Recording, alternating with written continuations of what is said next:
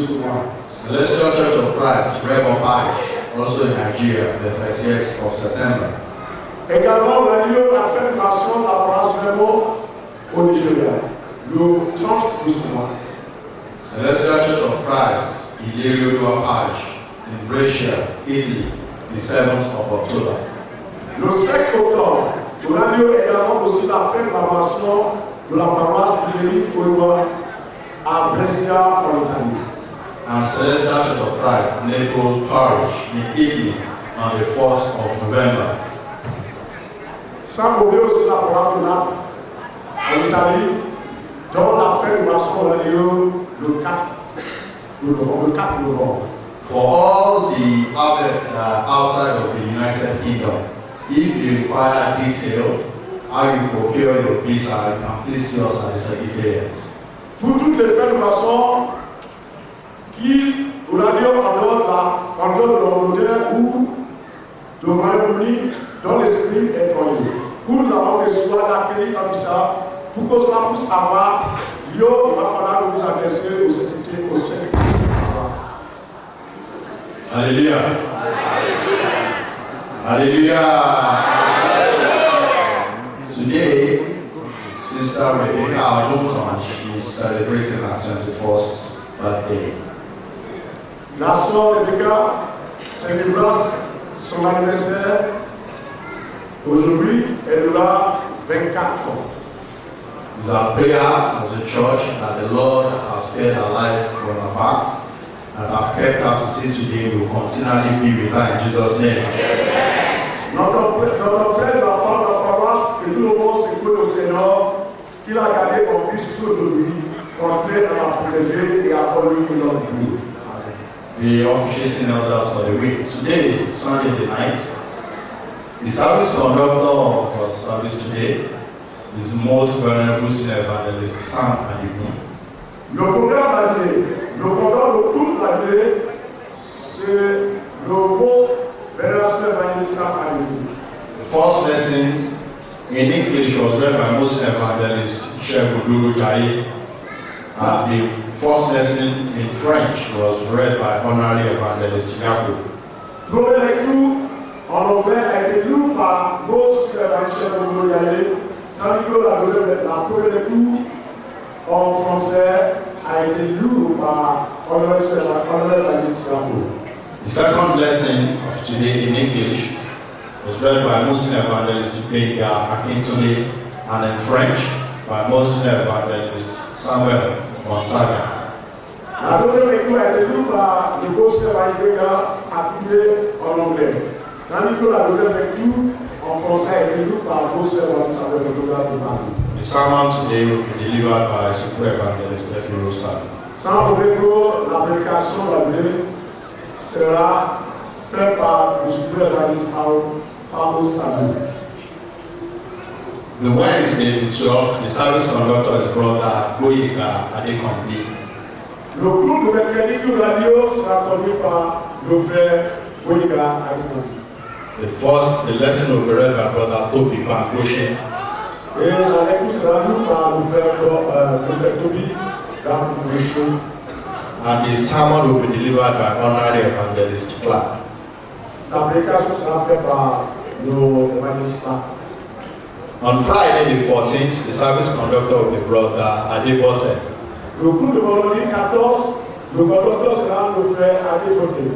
The lesson will be read by brother Michael Oshodi. Tandis que la lecture sera lue par le frère Michael Oshodi. And the sermon will be delivered by Superior Senior Leader Odumala. Le senior leader Odumala fera la prédication. Sunday the 16th, the service conductor will be Honorary Evangelist Taiwo Otte. Le cours de dimanche le 16 septembre sera conduit par Honorary Evangelist Taiwo Otte. The first lesson will be read by Honorary Evangelist Adebeshi. La première lecture sera lue par Honorary Evangelist Adebeshi. The second lesson will be read by Honorary Evangelist Fred Isi. Tandis que la deuxième lecture sera lue par le Honorary Evangelist Fred Isi. And the sermon will also be delivered by Honorary Evangelist Taiwo Otte. La prédication sera donnée par Honorary Evangelist Taiwo Otte. the statistics for the week. The total attendance was 675. Le statistique de la semaine pour les normes des fidèles de la paroisse, nous avons 675. The average attendance was 168. Et le moyen est descendu envers 168. And the total revenue was £2,475.81. Tout ce qui concerne la finance, ce que nous avons aperçu environ 2475 000. During the Thanksgiving of today, Sister Rebecca Odoka should be bringing forth our thanks before the Lord today. Voici la vie de ceux qui feront de l'action de grâce. La sœur Rebecca Odoka fera une action de grâce de tous ceux qui décident. And also, as members of this great church, it is imperative that all of us as individuals and family will offer our thanks unto the Lord today. Vous devez savoir que tout le monde apparent pour l'occasion d'arriver et l'événement de ce jour, nous avons le droit, nous devons offrir nos actions de grâce envers le Seigneur. Thank you very much for your patience and your listening heart. Merci beaucoup pour la passion et pour votre sincère. Merci beaucoup. Merci beaucoup. Je vous souhaite bon fête. Pour cette fête de temps de l'honneur. If you have any other announcements, you shall bring it forth to the church during the course of the service. Si il y aurait d'autres annonces, nous allons vous mettre au courant après le mouvement. Merci pour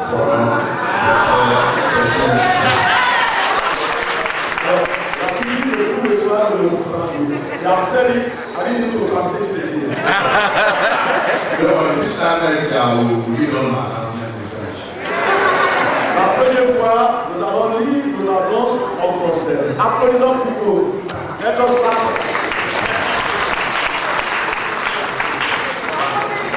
Hallelujah.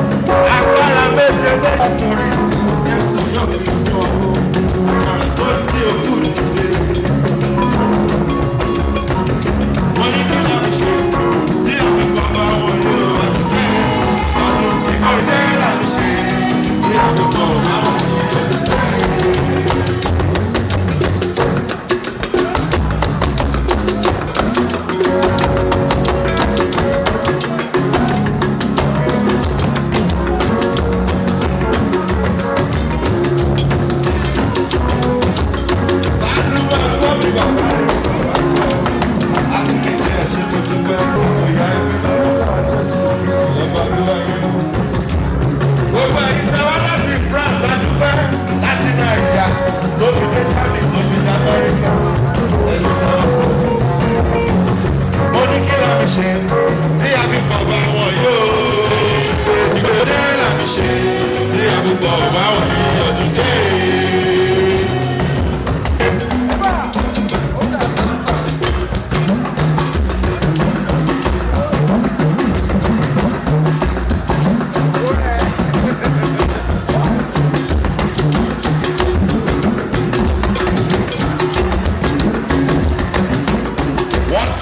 Ṣe mú nǹkan mọ́ nǹkan pẹ̀lú Elédùmarè ọba lára gbà yìí dání o. Nítorí orí ẹ̀ ní ìwà òní o, inú wa wá ṣe àkórè ohun tó bá ṣe fún wa ọ̀pọ̀lọpọ̀ lẹ́yìn ọjọ́. Nítorí orí ẹ̀ Jésù mírí ẹ̀. Jésù mírí ẹ̀ akọ́lé ohun tó bá ṣe fún wa ọ̀pọ̀lọpọ̀ lẹ́yìn ọjọ́. Ṣé bí ọba máa gbọ́ lẹ́nu mi o. Jésù ló rán wa níṣẹ́ akọrin ẹni fà wọ́n ní ká lọ jíṣẹ́ fún gbogbo aráyé kan lè gbọ́ wọ́n lè mọ̀ pé wọ́n lọ gbọ́ ọba tó rán wa níṣẹ́. Wọ́n tún ní bí àmà bíṣọ̀p kò lọ gbọ́dọ̀ pẹ̀lú ẹ̀ka mi dánú sọ fún bàbá èèyàn mi èèyàn mi.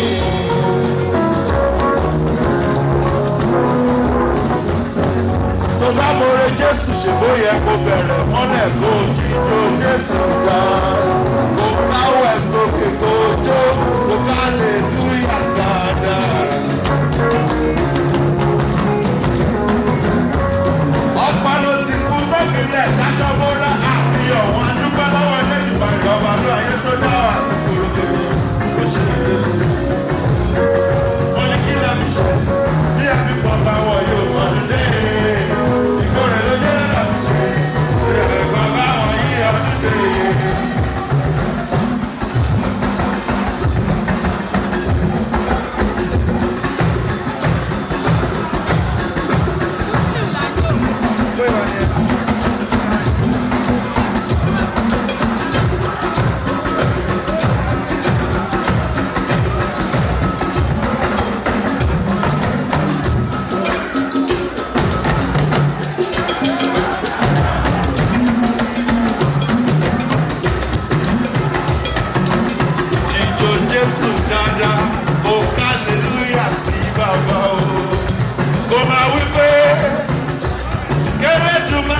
Ṣètọ́jú àdúrà tí wà ọdún lọ sókè o. Wọ́n ní oníkìlọ̀ mi ṣe tí a fi pọ̀ bá wọn yóò ọdún dé. Ìkórè ló dé làbí ṣe tí a fi pọ̀ bá wọn yí ọdún dé.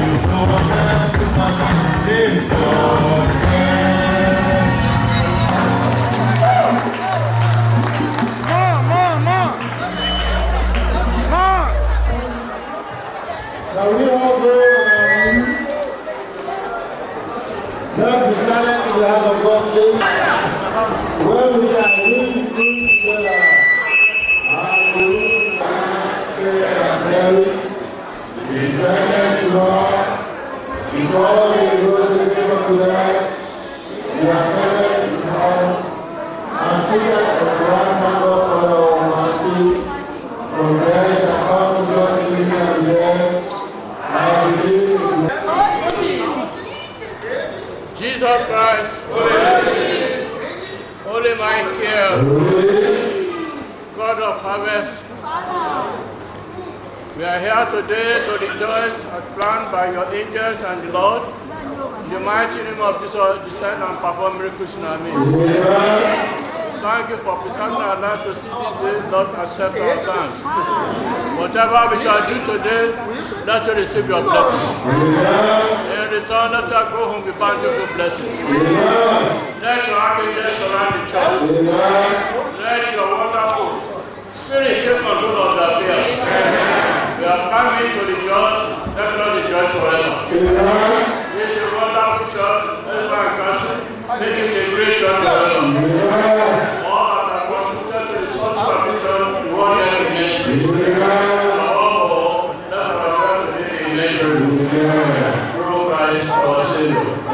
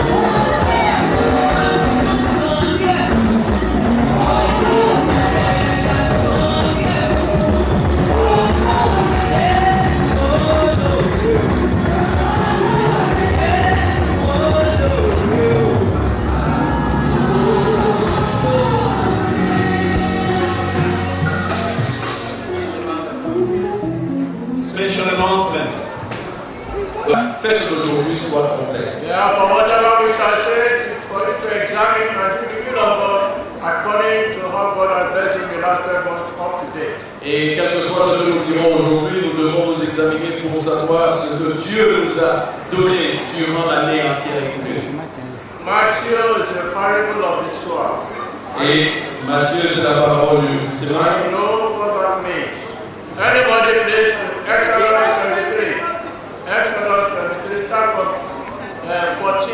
And since ye thou shalt sow thy Thou shalt have before me in the year, in the year thou shalt keep the feast of unleavened the bread. feast of the deliverance.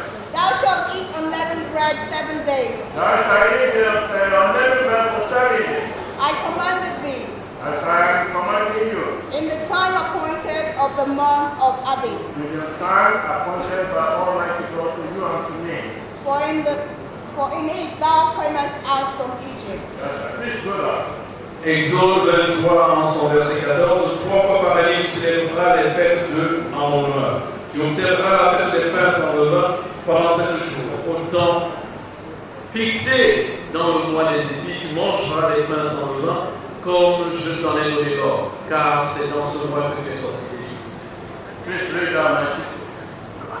And the feast of harvest, the first fruit of thy labor. The first fruit of thy labors, that is what you should gather together and present to the Lord as a successful farmer.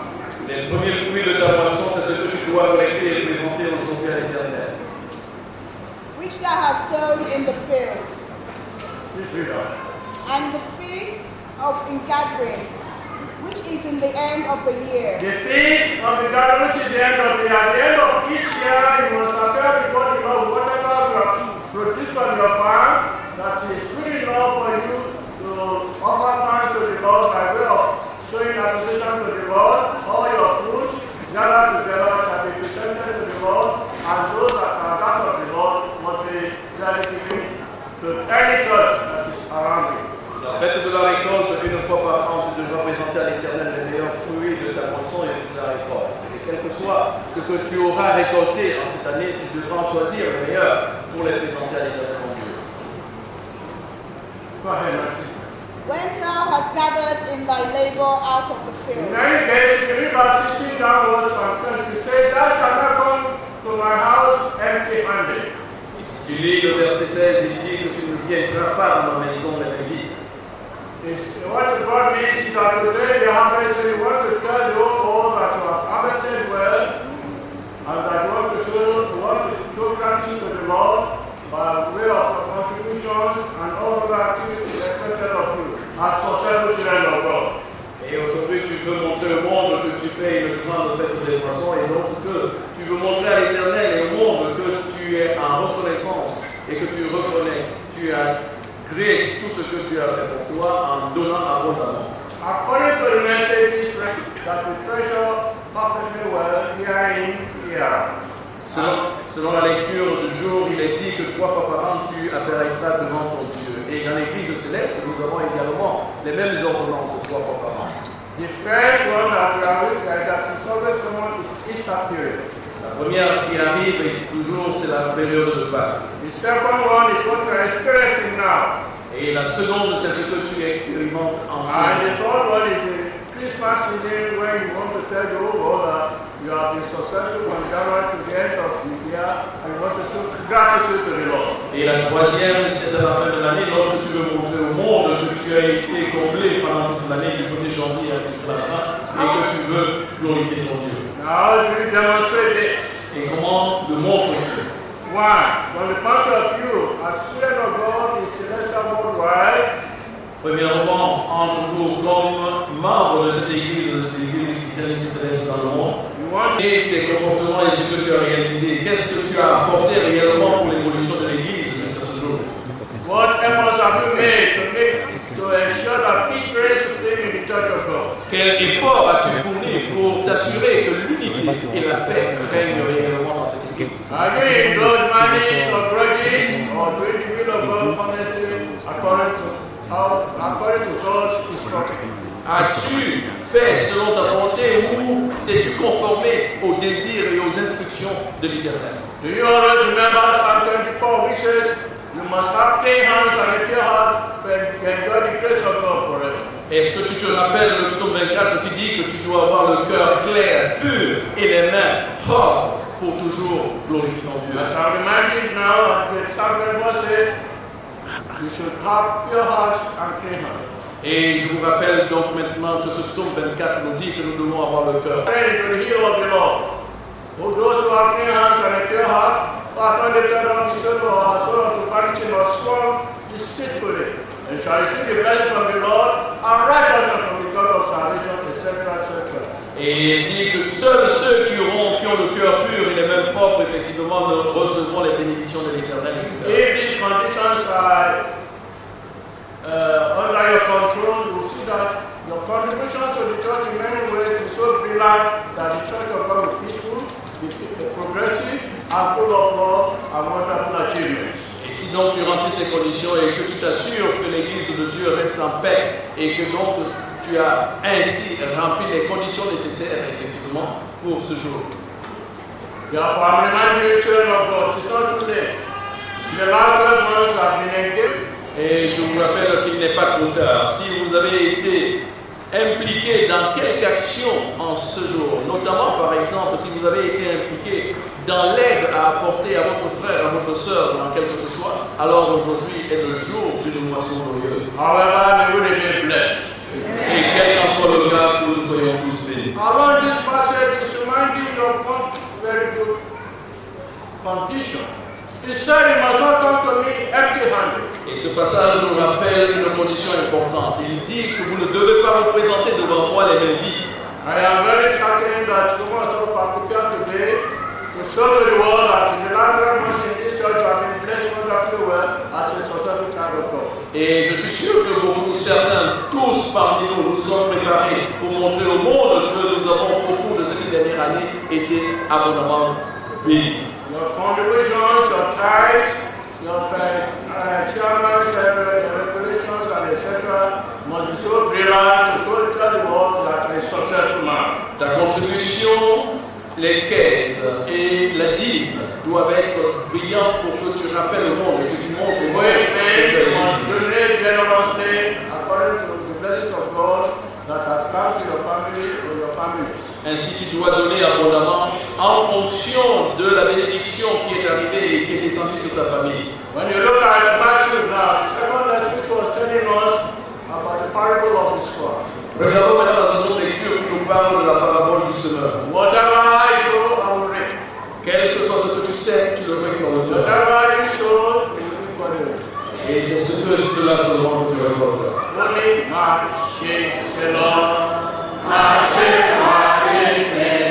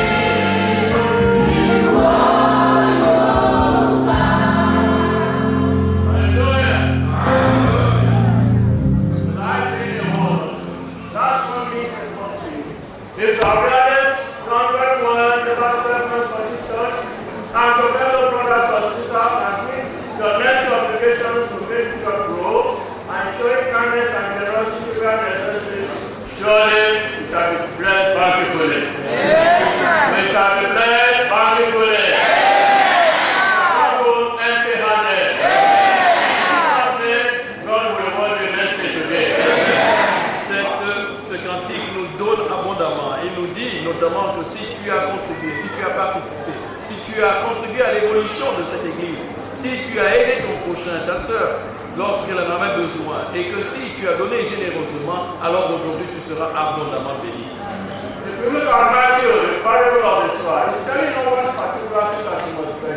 Si tu regardes dans la parabole du semeur dans Matthieu, il nous donne quelque chose de spécifique.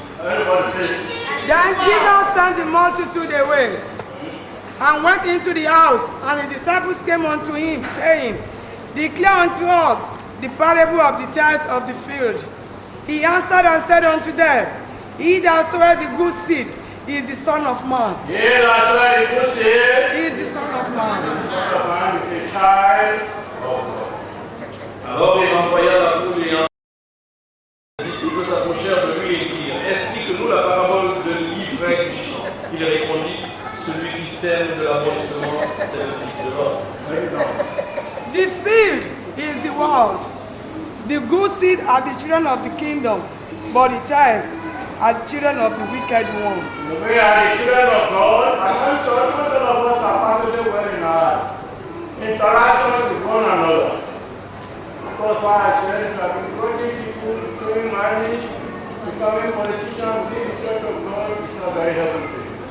Le champ, c'est le monde, la bonne semence, ce sont les fils du royaume. Voilà pourquoi je te disais que si tu as été agréable avec ton prochain, si tu ne l'as pas grugé, alors ceci est pour toi. Natural time and which we go together. When the time of harvesting comes, they will be separated. The wheat will be on one side and the tares will be on another side. What happens to the tares? They will be collected one side and bought outright. But those that are in the will of God will be on the right, as we always say with our Lord Jesus Christ when we say, let us complete. If you are not very well, you have nothing to worry about. If you have done very well to your fellow God or the church of God, when there is meeting, when there is police night, when there is anybody's night, when there is women's night, you are always contributing your best, surely you have nothing to worry about. Today is about the day of God for you and to be so forever. I shall never forget you. Ainsi le bon et l'ivraie seront semés ensemble et croîtront ensemble. C'est seulement à la moisson qu'ils seront séparés. Et donc, lorsque tu auras contribué, ils iront à droite et les autres seront mis de côté à gauche, et qu'alors ils seront abandonnés. And said unto them, He that soweth the good seed is the Son of Man. The field is the world. The good seed are the children of the kingdom, but the tares are the children of the wicked ones. The enemy are the sons of the wicked ones. Those that are discouraging you, those that are blackmailing you, those that are not doing the will of God, engage in favoritism instead of talking straight, with the close of the church of the peace to maintain our tears. And in any harvest, we are always separated from good treasure. Il répondit, c'est le monde, la bonne semence. Ce sont les fils du royaume du frère, ce sont les fils du malin. L'ennemi qui l'a semé, c'est le diable. La moisson. The harvest committee of this year, the harvest committee, and those that are supporting by way of pledges, surely you shall reap bountifully. En ce instant, je prends cette occasion pour féliciter tous ceux qui ont participé à cette fête, et notamment le président de cette fête de moisson et la présidente de cette fête de moisson, ainsi que tous ceux qui ont contribué à cette offrande de moisson pour que leur moisson soit abondante. All the elders, male and female, the choir and the Holy Spirit that have been contributing perfectly well to the growth of this church. God surely will reward you immensely today. Ceux qui ont contribué, notamment les choristes et les autres qui ont abondamment contribué à la réussite de cette fête, l'Éternel vous remerciera et bénira abondamment. Exodus 23, verse 20. Somebody can tell us. Exode 23. The director and education to do the proper thing, to have it very well, to do the will of God in many ways of life, so that your worship will not be in vain. Voici, j'envoie un ange devant toi pour te protéger en chemin et pour te faire arriver au lieu que j'ai préparé, pour te garder pendant toute cette année, pour que tu prépares correctement cette moisson. Et si tu gardes ce qu'il t'enseigne, te donne ton direction, alors tu arriveras au bon chemin. If you look at 2 Corinthians 9, start from 6, please. But this I say, For this I say, he which swears sparingly, whosoever swears sparingly, shall reap also sparingly. shall equally reap sparingly. And he which swears bountifully, Whoever swears bountifully, shall reap also shall bountifully. reap bountifully. Every man according to his. Every man or woman, according to what condition you are going to take, to God he or her will have a wonderful blessing. Amen. Tous ceux qui ont contribué, hommes ou femmes aujourd'hui, qui ont contribué abondamment, rentreront avec beaucoup second livre aux Corinthiens, chapitre 9, verset 6, sachez-le, celui qui sème peu recevra peu, et celui qui sème abondamment recevra abondamment. Remember, since last 12 months, God has blessed you and your family.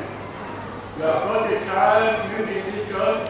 You have got good jobs through this church. You have been married to one person or the other in this church. And all that your expectations have come to brilliantly well.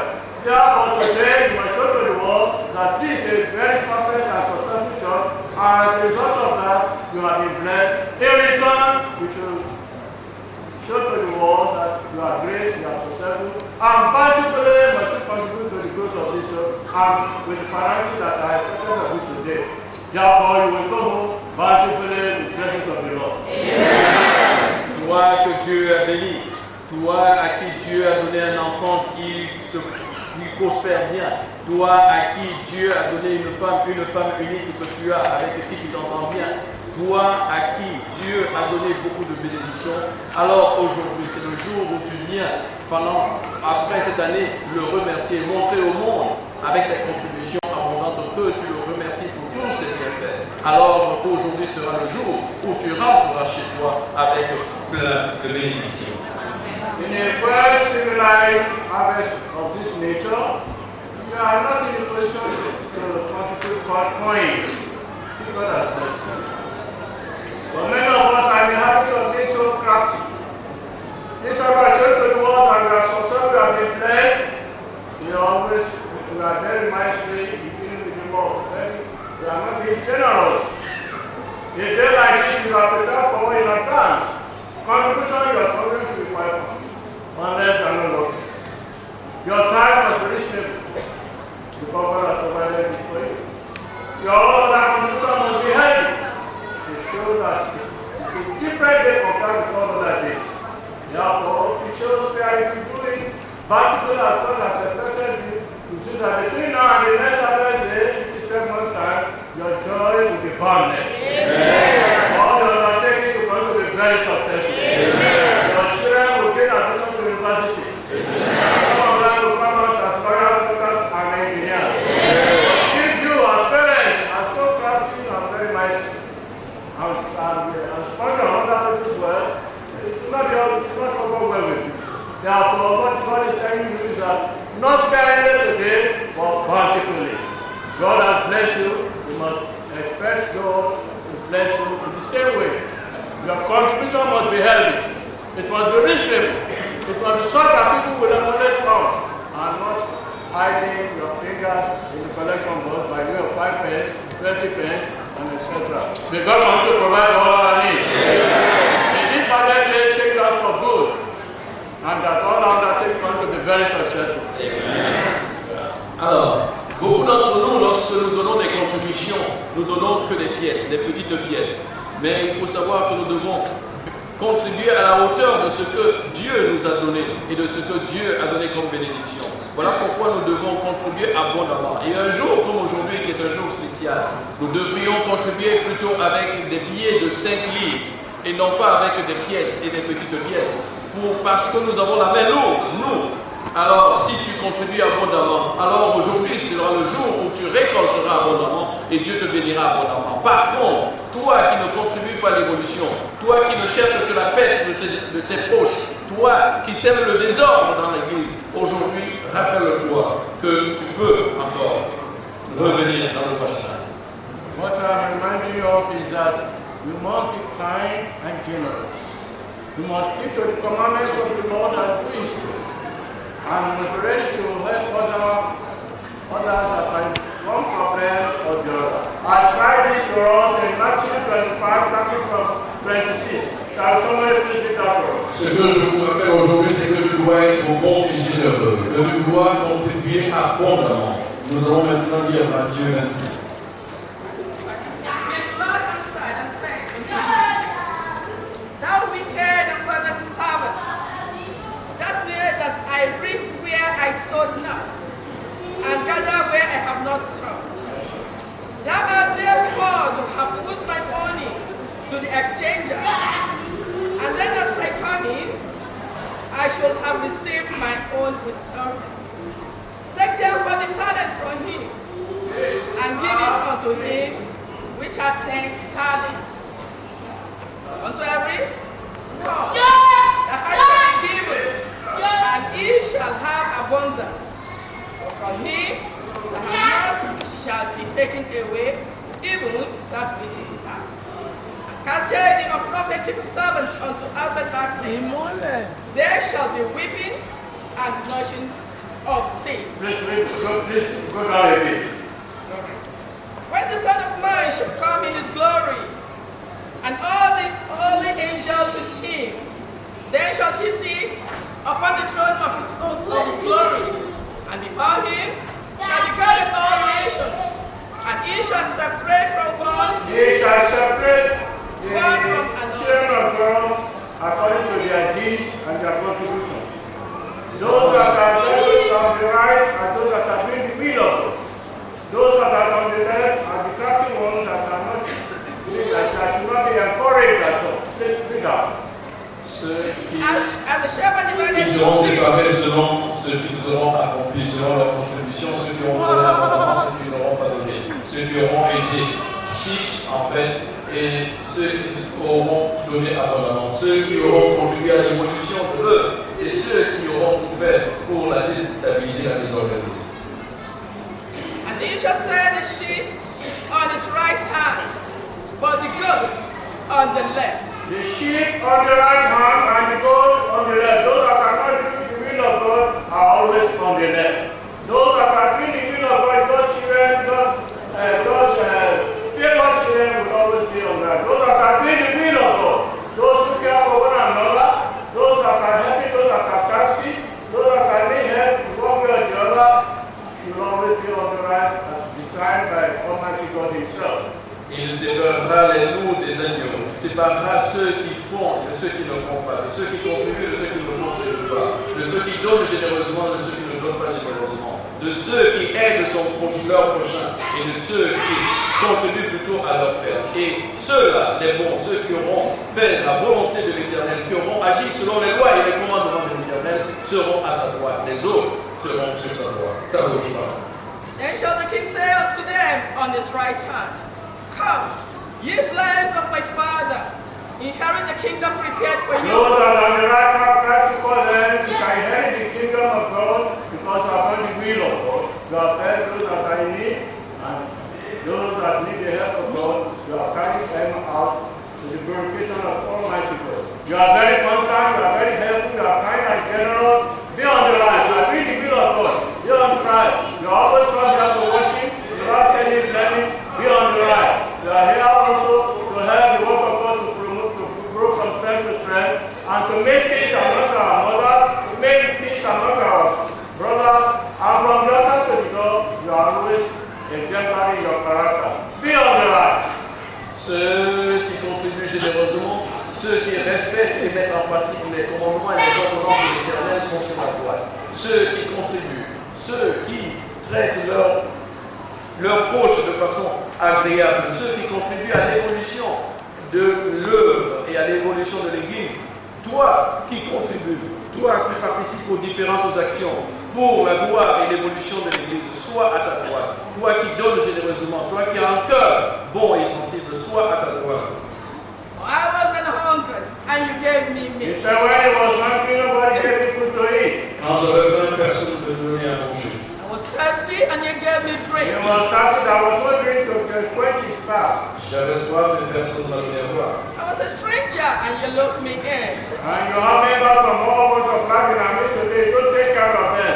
Even though they are celestial, you don't recognize their personality. That is not the way of the Lord. J'étais un étranger, tu m'as donné un toit. Aujourd'hui, nous, membres de l'Église, nous ne reconnaissons plus notre prochain, nous ne le regardons pas. Celui-ci n'est pas la façon dont nous devons agir, en fait. Which means you must show love, irrespective of his status or his position in life. Once a celestial is always a celestial.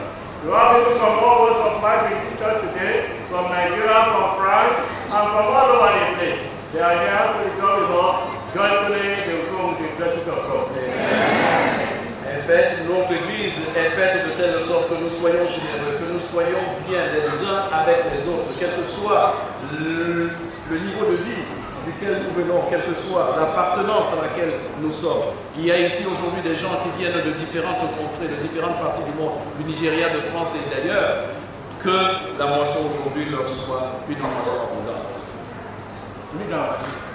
Naked and you clothed me. I was sick and you visited me. I was in prison and you come unto me. Then shall the righteous answer him, saying, Lord, when were you hungered and fed you? Or thirsty and gave you drink? When did I see the stranger and took thee? Or naked and clothed thee? When saw we thee sick or in prison and came unto thee? And the king shall answer and say unto them, Verily I say unto you, inasmuch as you do this, unto one of the least of these, my brethren, ye have done it unto Now that you are catching, they ask us Christ many questions. When have this happened to us? When have you asked us for this, you do not do it? He says, as long as you do it for the fellow brother or sister, you have done it for Christ. This means you must show love, you must be kind, you must be generous, and you must be very critical of certain people's conditions. That is what Christianity means. That is what Celestial means. Therefore, if you go along this line, you are a follower of Christ, and surely you are righteous, and you get the blessings of the Lord unexpectedly in many areas of the world. Voilà maintenant les questions que nous nous posons. Pourquoi nous faisons nos pas du bien à notre frère, à notre soeur? Pourquoi nous contribuons nos pas? Pourquoi nous faisons nos pas ce qui va dans l'évolution de cette paroisse? Il faut que nous sachions que l'amour, l'aide, l'entreprise, l'aide à l'évolution, l'amour que tu donnes à ton frère, c'est cela la définition d'un chrétien, que c'est également la définition d'un céleste. C'est cette joie que nous sommes venus notamment aujourd'hui partager. Then shall you say unto them on the left hand, Depart from me, depart into everlasting fire. Depart from me, those that are on the left hand, now it says, stand clear of me, you go to everlasting hell. You shall not go to everlasting hell in this church. You shall not be successful in one another and do his will. May God give us the courage to do the will of God. Mais vous qui êtes sur la gauche, qui n'avez pas accompli la volonté de Dieu, qui n'avez pas fait ce qui est nécessaire pour l'évolution de cette Église, hors de moi, et vous n'hériterez jamais du royaume des cieux. Que cela ne soit pas notre partage aujourd'hui. Que nous tous qui sommes là aujourd'hui soyons plutôt choisis de l'autre côté, du côté droit, pour que nous héritions du royaume éternel. From the point of view of the church, please sit down, Master. God will bless you. From the point of view of the church, we have many engagements to take care of.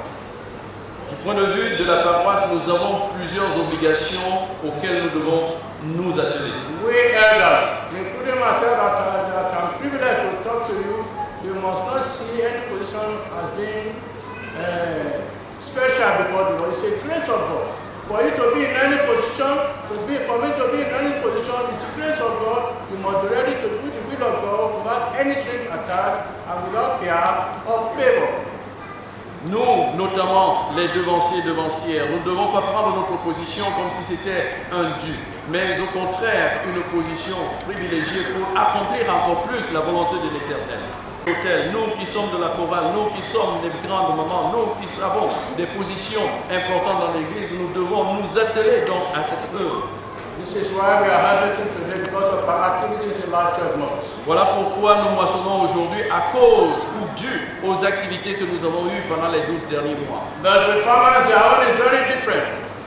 Mais pour les agriculteurs, cela est un peu différent. They gather their fruits together at the end of each year and they show some, they bring some to the house of the Lord for prayers and God directed the people of the old. And along that line, if you go along the western region, you see some trees, some farms that are well cultivated with manure and then fertilizers. When they grow very well, they harvest, their products are very brilliant and very easy for consumption and inviting. When they harvest it, they take some, those that are alongside, and then for people that are passing by to eat and be satisfied. So it is with you all and myself that I return, we must do something to help one another. The farmers will need those trees, those products alongside the road for those that are hungry, that are going about to look left and right, pluck some, eat, and then pray to the farmer that the farm is going to be very successful. So it is with you and me today. If you do the will of God, see somebody that is in need and that is in charge, is in need of one thing, go to his head, and see how well you can help him or her. And particularly those of us that are married. Regardons et prenons exemple sur les agriculteurs. Vous regarderez et vous verrez que par exemple lorsque si vous allez dans les régions de l'Ouest, un peu plus haut, lorsqu'ils ont pendant toute l'année cultivé et lors des récoltes, lorsqu'ils ont utilisé des fertilisants, lorsqu'ils ont utilisé tous ces produits qui font que la récolte est une bonne récolte, lorsqu'ils vont récolter, ils laissent toujours le long de la rue un certain nombre d'éléments, ceux qui n'ont pas choisi, pour que les passants, ceux qui n'ont pas de quoi se nourrir, viennent se ravitailler et viennent s'y nourrir. Cela doit nous servir d'exemple également dans notre paroisse, dans notre église, pour que nous aussi, nous allions à la rencontre de ceux qui sont les nécessiteux et qui ont besoin de quelque chose, pour que lorsque nous avons un peu, nous puissions les aider également. As I was saying, those of us that are married, the law must be genuine in your premises. Your wife should not be treated as a maid, and the husband, the wife should not treat the husband as houseboy, encroaching on his right. Even though you are a bit well off, that's not the day to teach your husband or to teach your wife vice versa. Law that is necessary must prevail in the house so that our children can learn many things from us. So that between last year and this year, you see peace in the house, wonderful blessings, and good jobs, and upliftments in various places of work. That is what is expected of us to come and come today to harvest, to show that God has blessed us to harvest very well. Show gratitude to those that have helped you. Do not be an antagonist. Do not hate one another. Show love as Christ showed love to the disciples. Let us help one another, and not sparingly, but bountifully. Ainsi, pour ceux qui sont mariés, considérez l'amour qui doit être entre vous. Ne pas traiter l'autre partenaire comme un esclave, par exemple la femme comme une esclave dans la maison. Hein? Je ne rentrerai pas dans tout ce qu'il a dit. On faisait un sommaire tout simplement pour dire que l'amour doit être parmi vous et que c'est cet amour-là que nous devons également montrer. Et c'est ainsi que nous devons également aimer notre prochain, de façon à aller vers lui. Ne pas mettre la zizanie, la haine, car cela n'est pas le comportement que nous devons avoir, mais plutôt un comportement d'union, d'unité, d'amour. My sister, please read that 2 Corinthians 9, from 10 downwards. From 8 downwards. 2 Corinthiens 9, verset 8. And God, 2 Corinthians 9, verse 8. And God is able. And God is able to make all grace abound. And God will generously provide all you need. Then you will always have everything you need and plenty left over to share with others. As the scriptures say, they share freely and give generously to the poor. Their good deeds will be remembered forever. For God is the one who provides seed for the farmer and then bread to eat. In the same way, He will provide and increase your resources and then produce a great harvest of generosity in you. Thank you very much. What God is reminding us here is you must be generous and content. God will bless you. And if you complain too much about contributions like today, you are not helping yourself. He said, not grudgingly, but necessity. If you do the will of God, you know that it comes only but once in a year. And after today, you cannot see today that you are not very much. You must do your best to make sure that your position in the church is recognized, your contribution is healthy, all your ways of life are changed from your own ways to the way of the Lord. May God teach us the best way to do His will. Yeah. And our presence here will not be in vain. Yeah. Do not be crafty when you are doing this. Don't know the God that you are serving. God provides for the children of God that do His will. If you do the will of God, You try to within the next 3 months to see wonderful changes in your life. Don't gossip about anybody or sister. Stay into his place. You can help him, help him. If you can help her, help her. And you cannot do this knowledge anybody that you think to. There are positions in Senator of Christ will not be in vain. Even our worship in vain. Our children will be very successful. Parents will lead this kind of people out as successful parents. Full of personality and men of dignities and women of distinctions as well. If that thing is going to be changed, you have to change our ways of life. That work must be transparent. Kindness and generosity must be opposite. And the will of God must be surely entertained. And that way of the Lord will override everything. Therefore, today is another way of looking back to the last level and show where we can take our ways of the Lord to the better words that God will expect from us. May God change us for the better. And surely as we try so much to make the harvest of the day experience success, throughout the next 12 months, your ways of life will be very, very peaceful. You will be full of joy, you will be full of blessing. You will not be the same again. Most of you that are going to be like particularly the harvest committee of this year, you have worked hard, you have gone around to make sure that the harvest of today is well attended. God will reward you. And particularly, we all go with the blessings of the day. You will not be the same again. You shall have a day in, day out. People from France will go with wonderful blessings. People from Germany will go with wonderful blessings. People from Nigeria will go with wonderful blessings. And particularly, we shall all remain blessed. This will not be the last for any of us. All of my children, wherever they are, they will continue to be very successful. And the children of our brother will be on every one of them. And God will be provider of good things, will provide for all our needs. At the point of needs, God will meet you. At the point of needs, God will meet us.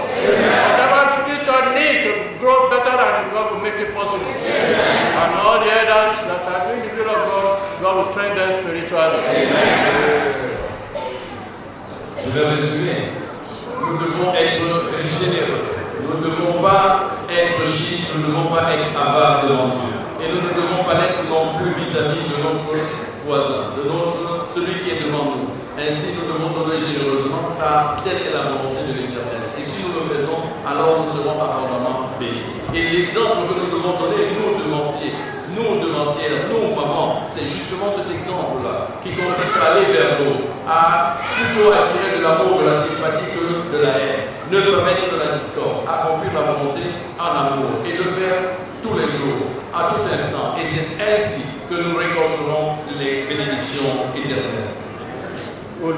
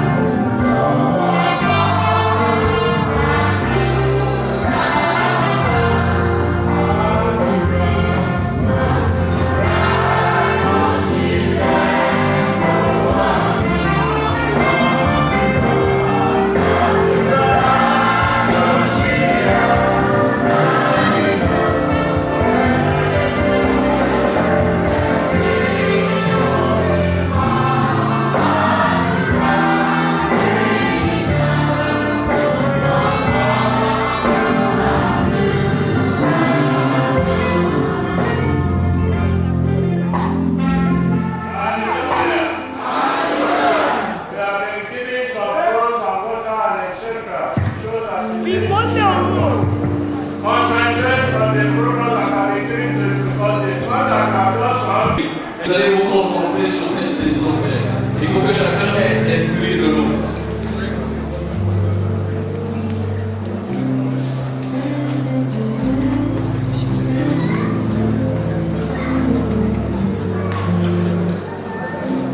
Tous ceux qui ont des fluides d'eau et de l'eau, vous allez ouvrir vos mains et tendre les fluides vers l'Éternel.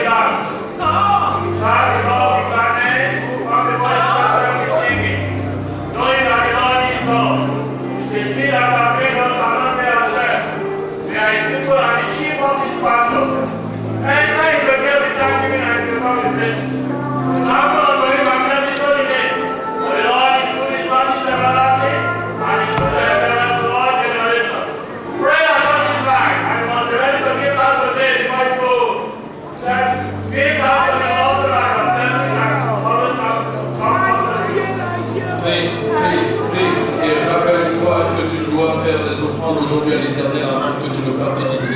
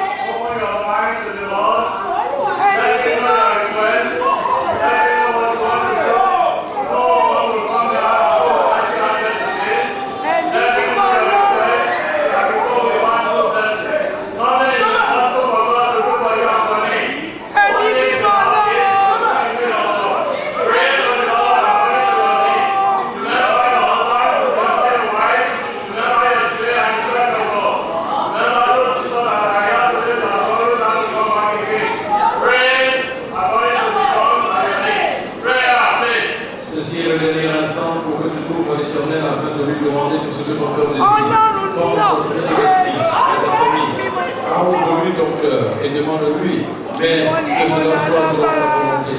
Car qui te donne la force nécessaire également pour accomplir son œuvre et sa volonté. Prions.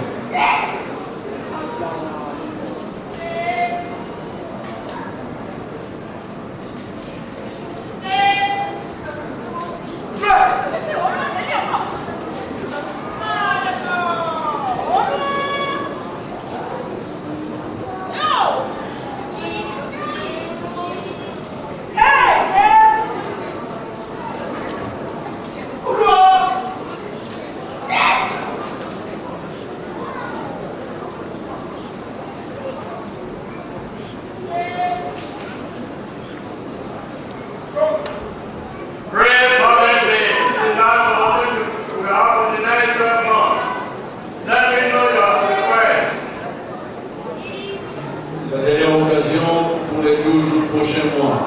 Fais connaître à l'Éternel Dieu tes besoins.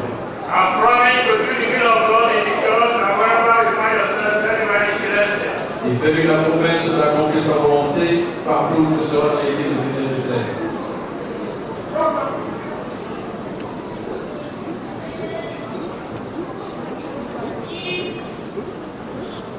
Remember, our visitors are discovered to hear, we are here out and they all the progressing in the ways of life and they are ready to go from friend to friend.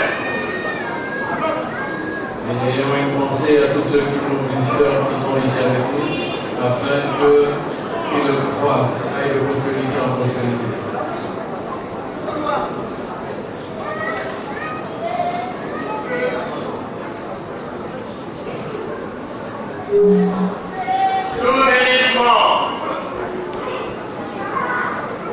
Deux minutes. Open your bottles of water, please. Ouvrez vos bouteilles d'eau, s'il vous plaît.